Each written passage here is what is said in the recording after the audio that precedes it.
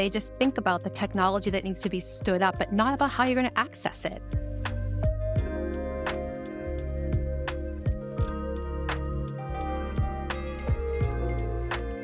Has it been your experience of customers that you deal with, do they have or maybe not have resilience plans that maybe include IAM? What's your instinct there? It's always on the back burner. And unfortunately, it's because of when people think about that resilience side, they just think about the technology that needs to be stood up, but not about how you're going to access it. How are their customers going to access it? What are those implications? So it's kind of expanding your horizons around your disaster recovery and what those strategies look like and going that step further now. As discussed previously, these systems are being attacked. They are being taken advantage of. It's now time for us to arm ourselves, our organizations, with better practices in this space so that we aren't caught off guard and then taken down. And to our points earlier around compliance, we may have no choice. That's very true, yes.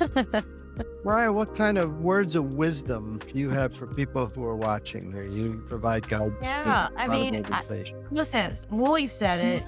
He was able to experience a compromise of the admin account to his own Okta environment. And we've seen it with the casino breaches, the lapsus attacks on one of Okta's suppliers, Sitel. Your admin account to your Okta environment can be compromised. So most organizations do ethical hacking simulations every year.